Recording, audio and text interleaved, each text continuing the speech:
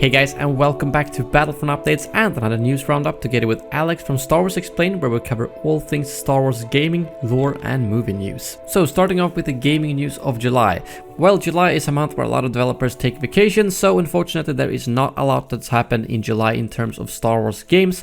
In Battlefront 2 there's been no big update, but they've instead had community quests where the community goes together and completes tasks to unlock new victory poses and emotes for some of the heroes such as General Grievous and Darth Maul. They also released a big behind the scenes community transmission about the visual effects in Star Wars Battlefront 2. As for Galaxy of Heroes, at the end of the month they released a road ahead post for the next quarter, which includes some stuff such as being able to unlock unique items for the characters in the future, updating some of the clones and adding new Clone Wars units. And for Star Wars The Old Republic, they added parts of the new Onslaught expansion to the public test server where you can try out different item sets and similarly and give the developers feedback to them. But other than that, there's not been a lot of Star Wars gaming news. But in August we do obviously have Gamescom, where they tend to drop a lot of news around games, so next month we'll definitely have a lot more stuff to talk about. Now over to Alex for some movie and canon news. Thanks, Elliot. There wasn't a ton of movie news this past month. Marvel ran the show at San Diego Comic-Con for the most part, but we did get to learn some new details about the Sith Trooper appearing in Episode 9.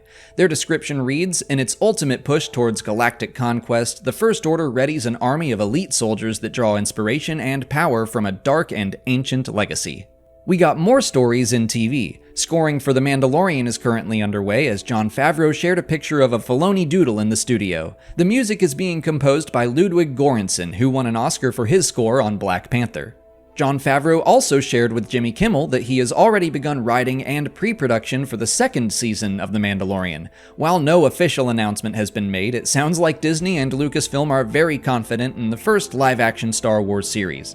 I'm happy to know that they have plans beyond just the one season. I wasn't sure if these shows would all be one-off miniseries, and I'm glad that at least The Mandalorian will likely be ongoing.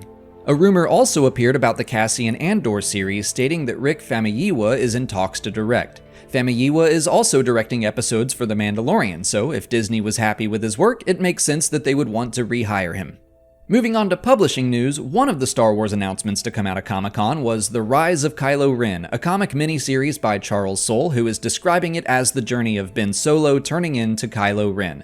Soule is a fantastic writer, knocking multiple Star Wars comic series out of the park, so I'll read anything he puts out at this point.